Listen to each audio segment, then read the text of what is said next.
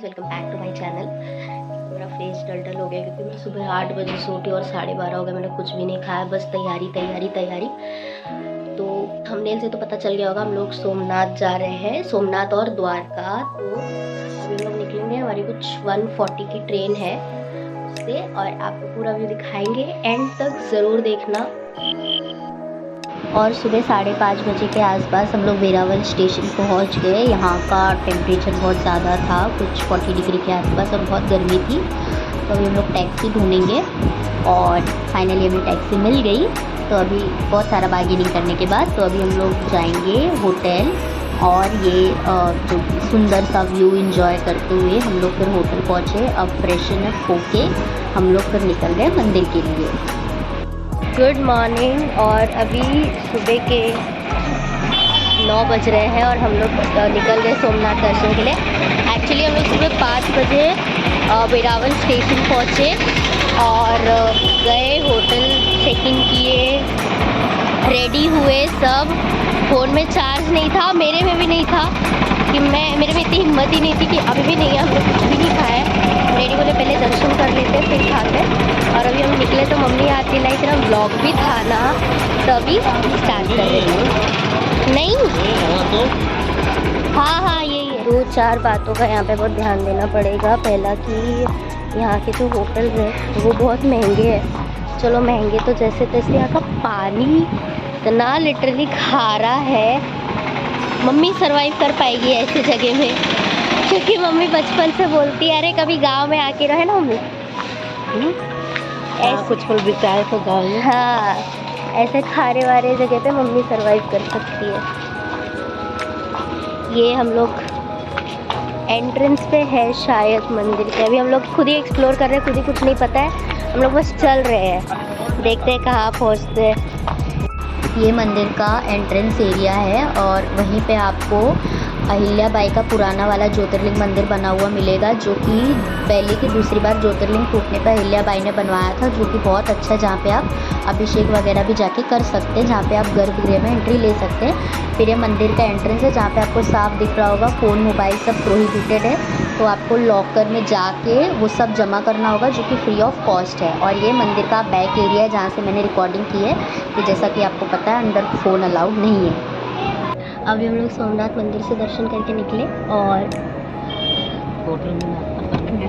नाश्ता पानी करके अब निकल रहे हैं नॉर्मली लोकल दर्शन करने, जो भी यहाँ का है मेन। हमने फिर हम लोग आ गए गोकुलधाम मंदिर। यहाँ पे कुल 8 मंदिर हैं और एक चरण कमल किसी ऋषि का, और फिर वहाँ पीछे एक पानी का व्यू है, मतलब पूरा नदी और बादल, क्योंकि बहुत सुंदर व्यू है। तो यहाँ पे कुछ 8 मंदिर है, जैसा मैंने बताया। पहला है गीता मंदिर, फिर है बलदेव जी का मंदिर, मतलब जो बलराम दाऊ थे वो शेषनाग का अवतार थे, तो उनकी एक शेषनाग की मूर्ति। फिर एक श्री राम जानकी जी का मंदिर, उसके बाद जो है शिव जी के मंदिर, मतलब काशी विश्वनाथ और ओमकारेश्वर, ये सब का ज्योतिर्लिंग। फिर एक जैसा मैंने बताया ऋषि के चरण कमल, जिसका आप अभिषेक करवा सकते हैं, अपनी मान्यता बोल सकते हैं, माना जाता है कि पूरी हो जाती है। फिर ये सब मंदिरों का दर्शन करके हम लोग 5-10 मिनट, जो मैंने व्यू बताया नदी का, वो उस पर बैठे सुकून से 10-15 मिनट आराम किए, फ़ोटोज़ क्लिक किए। उसके बाद हम लोग निकल गए आगे दर्शन करने के लिए।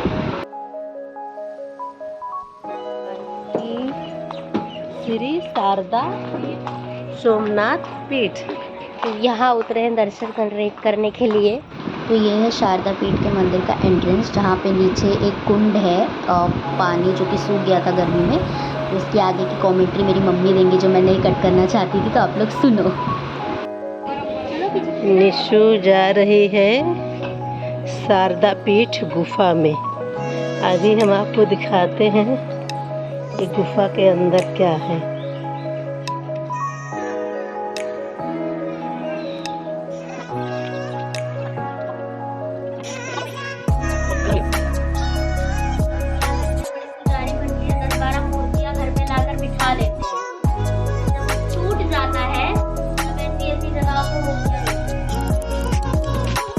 और हम लोग आते हैं दर्शन करने।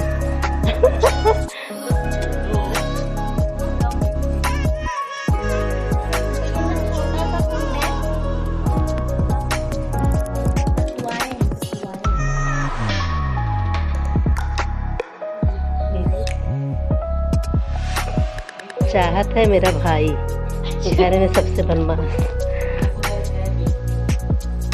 अब ये मैंने मेरा कैमरा हथिया लिया। ये कुंड है, इसमें 3-4 कछुए मिलेंगे और वो खंडित मूर्ति है, मतलब पता ना, ऐसे मंदिर में बिठा लिया जाता है। इधर भी खंडित मूर्ति, वो उधर इंतजार करती है।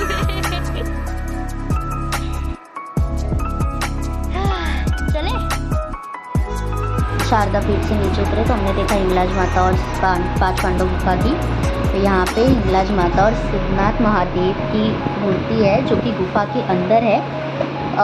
आई वुड सजेस्ट कि आप सिद्धनाथ महादेव और हिंगलाज माता का दर्शन करें, बट जो 5 पांडव गुफा है वो बहुत ही नैरो और अंदर ऑक्सीजन लेवल बहुत कम है, सांस लेने में बहुत प्रॉब्लम होती है। तो फ्रॉम माई साइड जो भी अस्थमा साइनस पेशेंट और जो भी हेल्दी लोग हैं वो लोग अंदर ना जाए, यही है वो गुफा।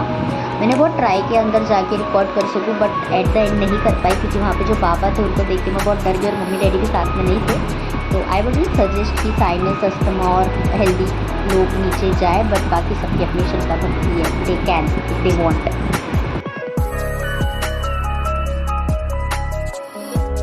सो we are in Kamnath Mahadev. हाँ यार,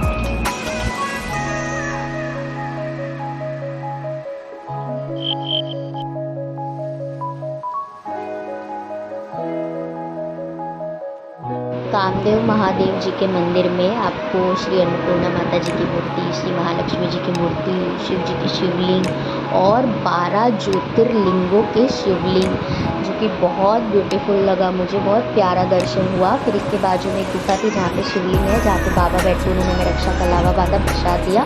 फिर यहाँ के दर्शन करके हम लोग निकल गए त्रिवेणी संगम के लिए, जहाँ का व्यू आप देख सकते हैं, बहुत ब्यूटीफुल है। हालांकि जून का महीना था तो गर्मी में सारा पानी सूख गया था। माना जाता है त्रिवेणी संगम 3 संगमों का मेल है, तो यहाँ पे जो भी स्नान करता है उसके सारे पाप धुल जाते हैं। हमें तो ये चांस नहीं मिला, हम सिर्फ रिग्रेट करके रह गए, बट आप ठंडी के महीने में जाओ और ये चांस ज़रूर ले। फिर त्रिवेणी संगम में 5-10 मिनट रुक के हम लोग निकल गए गुजरात के श्री राम मंदिर में, जो शायद से 2017 में बना है, नॉट श्योर। और इसका एंट्रेंस गेट श्री राम जी के धनुष का है, जहाँ पे श्री राम जी और श्री जानकी जी की मूर्ति है, और मूर्ति के ठीक सामने लेडीज़ और जेंट्स के सेक्शन में टेबल्स लगे हैं श्री राम एक बुक में लिखने का। तो हम चारों ने लिखा और सबसे ज़्यादा टाइम मुझे लगा क्योंकि मैं बुक भरने में लगी, जितनी खाली जगह थी मैं भर रही थी बैठ के। बिकॉज एक लाइन रहती है तो 2 लाइन लिखते हैं तो 108 बार राम राम कंप्लीट होता है। And people use to leave lines, आधा छोड़ के आधा लिख के चले जाते थे, तो वो पूरा भरती थी, इसीलिए मुझे ज़्यादा टाइम लग गया। बट मम्मी डैडी ने तो 2 लाइन 108 बार लिख के छोड़ दिया। फिर ये मंदिर के पीछे का व्यू है जो कि बहुत ब्यूटीफुल था, और हाई टाइड चल रही थी तो लहरें बहुत अच्छी थी। प्लस यहाँ पे निःशुल्क भोग प्रसाद का आयोजन है। आई वुड रिकमेंड कि प्रसाद ज़रूर खाएं। आप अपनी मर्ज़ी का डोनेशन दे सकते हैं, ऊपर से आपको टोकन लेकर जाना है, नीचे प्रसाद ग्रहण करना है। फिर यहाँ का दर्शन प्रसाद लेके हम लोग निकल गए जंगल की ओर, वाइल्ड एनिमल्स देखने फॉर रियल लाइफ। भाई इसमें ही डर लग रहा है, मैं बस में असली जानवर क्या देखूंगी, मेरे को यही देख के डर लग रहा है। चलो टिकट का पैसा वापस लेके निकल जाते हैं। मम्मी आप भी डर जाओगी, मैं तो बोल रही हूँ।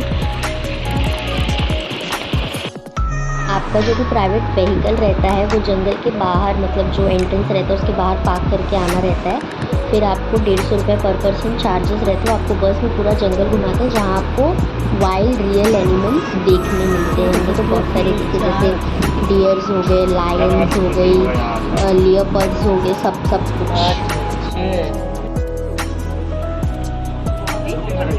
शेरनी है।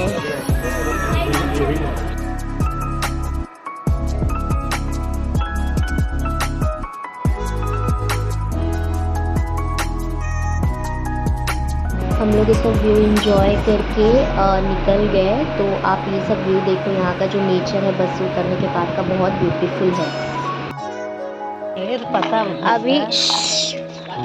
अभी हम लोगों ने एग्ज़िट लिया।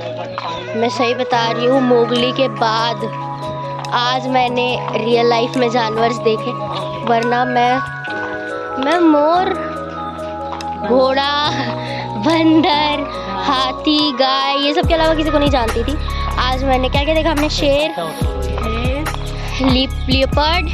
लियोपर्ड, जो मोगली में बघीरा है, उसको आप अंग्रेजी में जो भी बोलते हो, हिरण,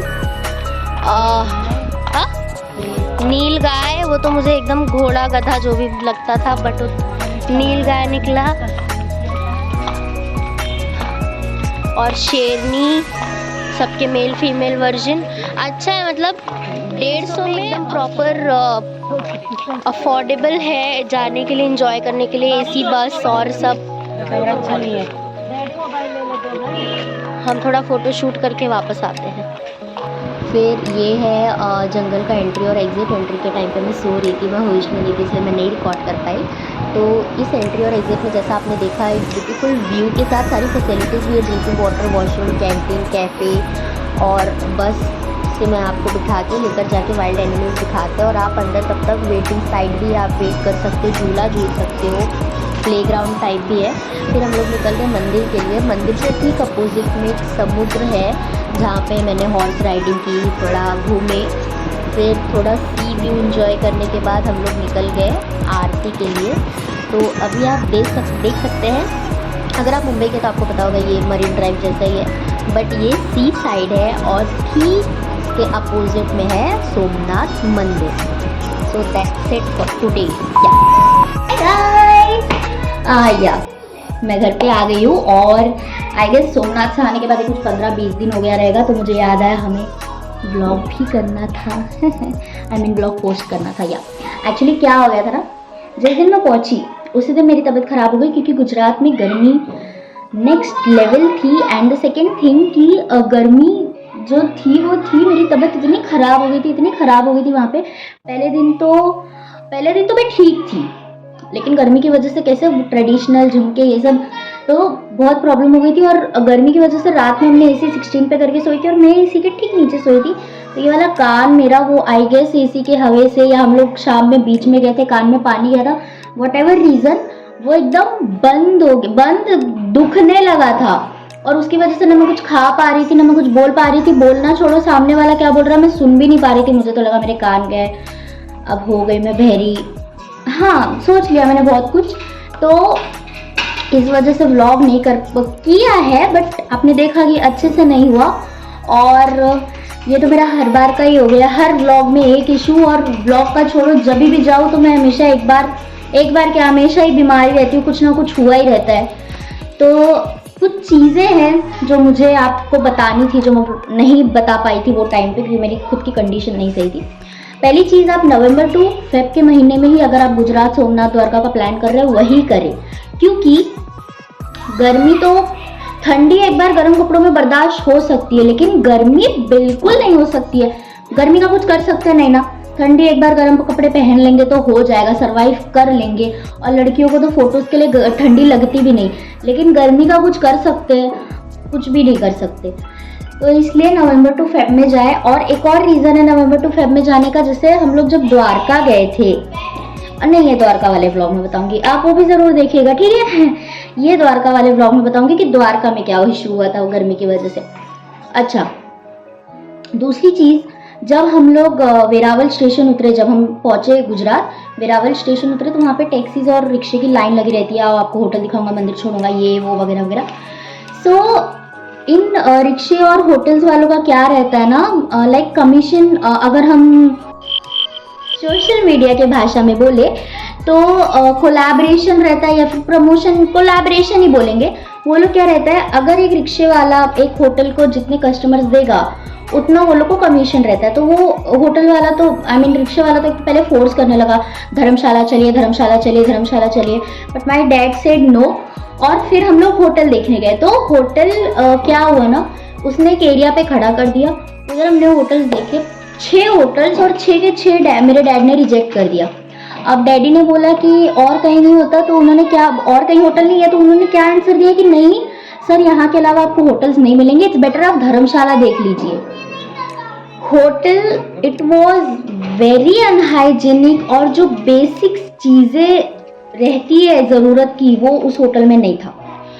टॉवेल्स नहीं थे, hand sanitiser, hand wash, sanitiser forget it, hand wash, soap, कुछ भी नहीं मिला था। वो तो हम अपनी तैयारी से गए थे तो हमें कुछ इशू नहीं पड़ा, बट स्टिल एक हाइजीन रहता है वो भी वहाँ पे मेंटेन नहीं थी। सामान तो ठीक है हम अपना लेकर गए थे। फिर दूसरा, आप उनको क्या कह सकते हैं कि आप मंदिर छोड़ दो, मंदिर के 5 मिनट के डिस्टेंस पे ही बहुत सारे अच्छे होटल्स, और सेम रेट में, ऐसा भी नहीं रेट कम ज़्यादा कुछ नहीं।